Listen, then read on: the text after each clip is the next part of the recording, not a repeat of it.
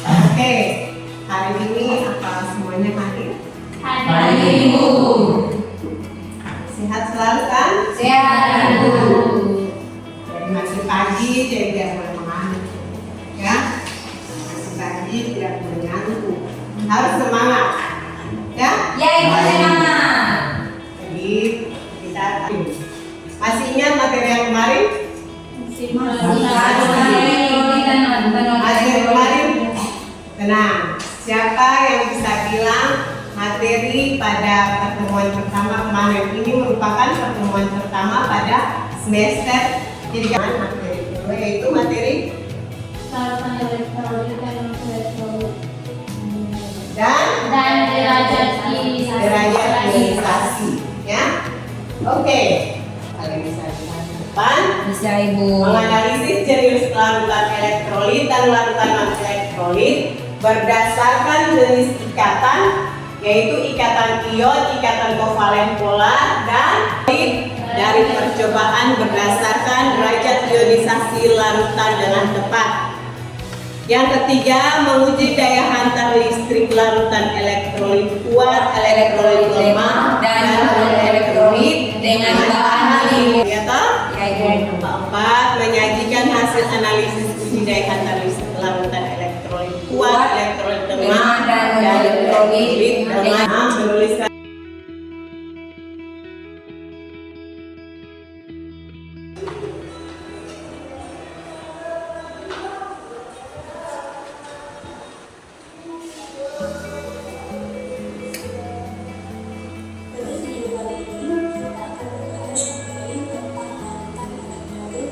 beberapa wilayah di Indonesia sering dilanda curah hujan karena curah hujan yang sangat tinggi sehingga banyak menyebabkan hujan. Menyikapi kondisi banjir, pihak PLN segera mengambil tindakan cepat dengan pihak PLN mengambil tersebut. Apakah air banjir dapat menyebabkan arus listrik sehingga dapat menyebabkan penduduk? Atau ternyata teman-teman mempunyai informasi tentang videonya akan saya mengingatkan kalian. Apakah masih ingat dengan materi yang kemarin? Dan kita lanjutkan. Apa yang kalian ketahui tentang larutan? Tadi sudah lihatkan, apakah kalian masih ingat? Siapa bisa bilang?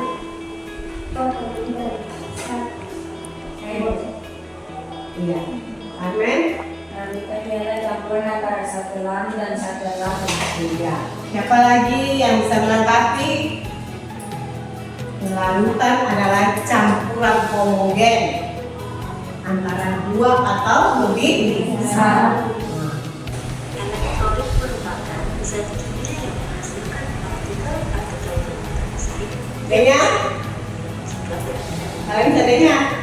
Kebutuhan cairan dan elektrolit termasuk kebutuhan dasar manusia yang sama pentingnya dengan keberadaan oksigen. Elektrolit dalam yang optimal. Elektrolit dalam tubuh merupakan substansi yang membawa muatan positif disebut dengan kation dan yang bermuatan negatif disebut dengan anion. Contoh elektrolit dalam tubuh. Ya. Oke. Dari situ kalian tadi sudah melihat video pembelajaran kita, ya. Dan sekarang Ibu akan membagikan kalian di dalam 3 kelompok, ya. 3 kelompok. Kelompok yang kemarin. Jadi silakan.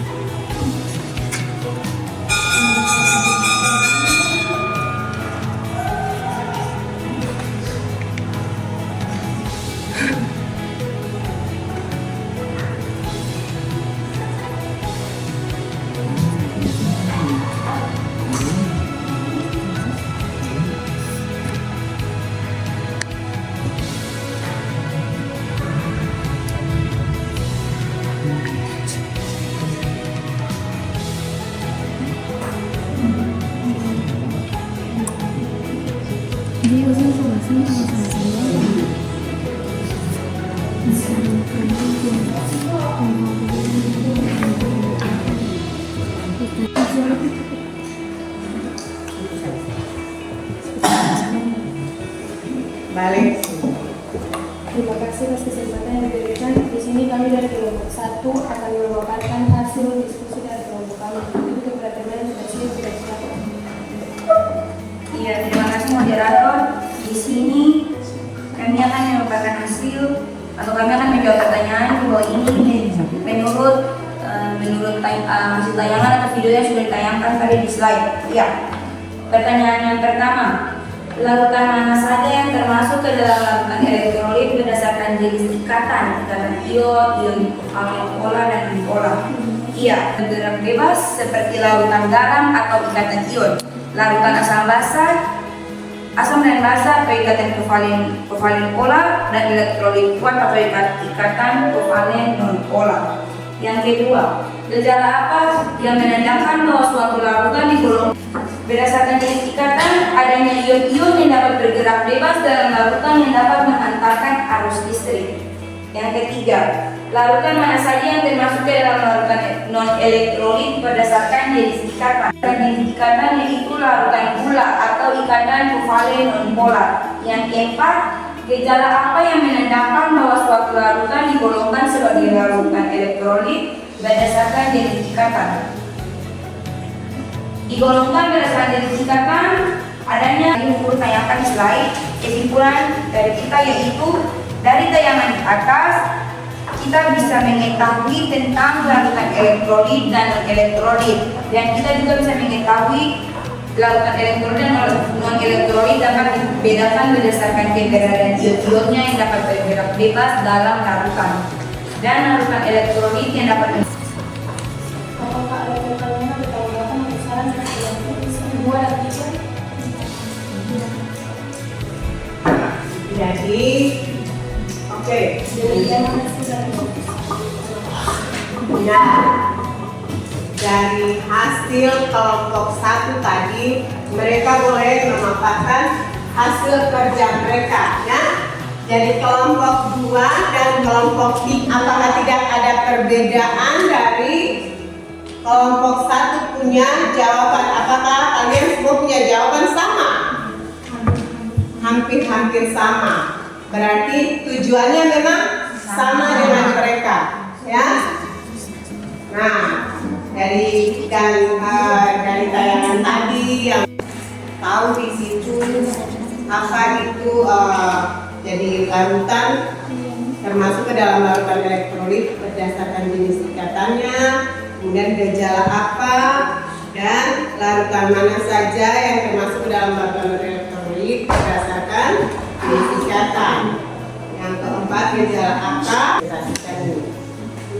Oke, kelompok 2 bisa? Bisa. Lanjut. Ya, terima kasih atas kesempatan diberikan untuk kami kelompok 2. Di sini kelompok kami akan memaparkan hasil diskusi kelompok kami. Itu kepada teman dipersilakan. 1. Larutan mana saja yang termasuk ke dalam larutan elektrolit berdasarkan jenis ikatan ikatan ion, ion kovalen polar dan non polar. Larutan yaitu larutan garam, soda api, asam sulfat dan asam klorida. Larutan digolongkan sebagai larutan elektrolit berdasarkan jenis ikatan. 1. Mengantarkan listrik.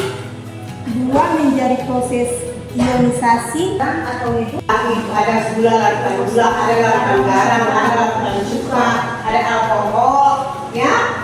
Dan kalian sudah bisa tahu dari Toto punya uji coba itu. Yang jelasnya kemarin itu larutan gula, gejala yang terjadi itu tidak ada gelembung, tidak menyala, ya. Berarti apa? Tidak ada arus listrik, ion tidak mengantarkan arus listrik, tapi gelembungnya tidak ada karena nyalanya menyala. lampu Gelembung menyala tapi gelembung ada, gelembung ada tapi tidak menyala. sedikit. Sementara kalau larutan garam itu gelembung Banyak, menyala, gelembungnya sangat kuat. Berarti itu larutan elektrolit. Dari hasil percobaan kalau alkohol kan tidak, ya. Jadi dari hasil percobaan kemarin terus kita praktek itu. Masa balik kalian buat salah lagi? Perbaiki ya, perbaiki begitu keliru saja. Jadi perbaiki untuk kalian ketahui bahwa garam itu termasuk larutan elektrolit. Gula itu non elektrolit. Bisa? Ya itu.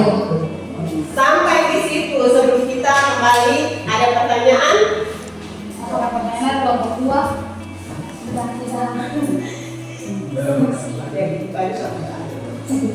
Yang ada lagi? Sudah kelompok sudah bisa namanya keliru ya. Jadi kalian sudah tahu memang kamu sudah tahu kalau larutan garam itu termasuk larutan elektrolit kuat. Nah, masing-masing kumpulkan kalian punya tapi kumpul.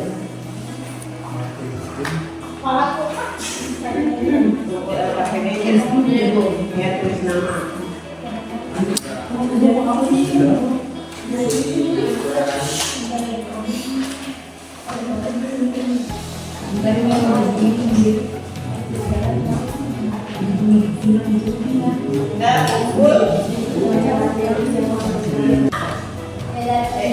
Ini kami dapat menentukan bahwa kami dapat mempelajari apa yang dilakukan, tindakan yang dilakukan yang dilakukan menjadi dua yang dilakukan elektrolit dan elektrolit, realita dan ionisasi dan fungsi elektrolit dalam Ya.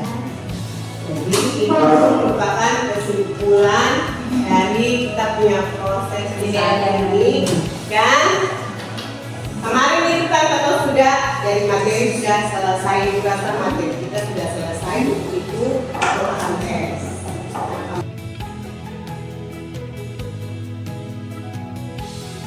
Kemarin pada pertemuan pertama kan juga apakah materi ini kalian sudah bisa pelajari supaya pada minggu depan lagi kita akan masuk dengan materi yang baru. Siap? Siap. Ya, jadi kalian bisa kerja.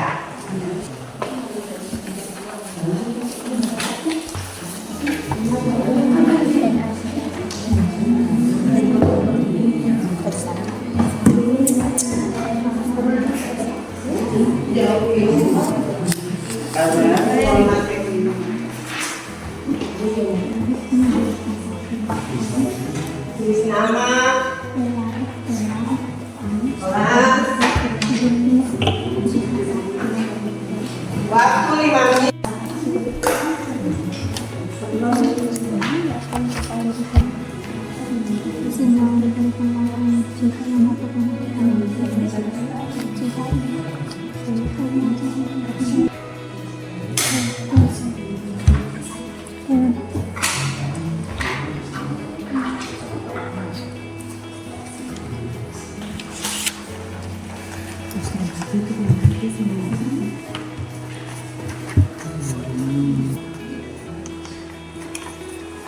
Masuk.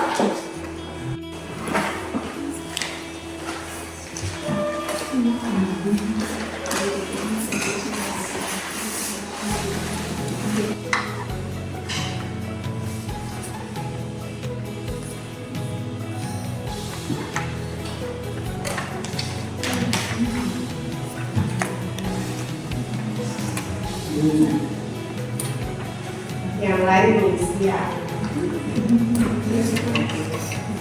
Dan yang sudah siap harus sambil menunggu teman-teman.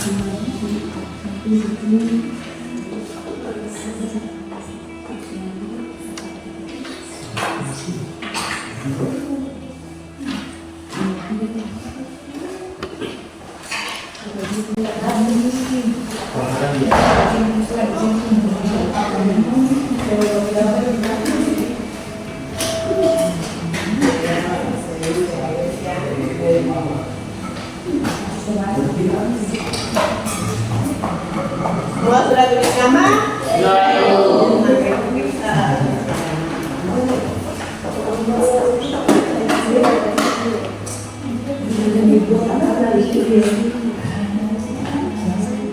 Oke, kamu sudah belajar merasa materi kita di saat ini sudah mulai selesai, semua kita selesai, dan nanti pada pertemuan berikutnya kita akan belajar tentang materi reaksi, reduksi, dan oksidasi. Jadi pulang kalian harus pelajari, lihat di literatur yang lain, buku-buku ada di perpustakaan. Kalian bisa membaca sebelum ketemu masuk dengan materi reaksi, reduksi, dan oksidasi atau redoks. Nah, kalian boleh kasih kembali fungsi seperti semula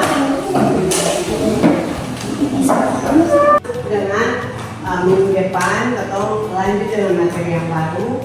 Kalian harus pelajari materi reaksi, redoks, reaksi, reduksi, dan oksidasi. Nah, supaya atau belajar itu jangan lagi reaksi, reduksinya, oksidasi itu tugas kalian. Ya, kalau ibu bilang belajar kimia itu kalau dengan kita lihat slide visual tadi video-video, kalau nonton pasti kalian tidak bisa memahaminya, ya. Benar, dengan bukti kalian bisa belajar untuk mengikuti proses kita, melatih proses kita saat ini. Minta Angel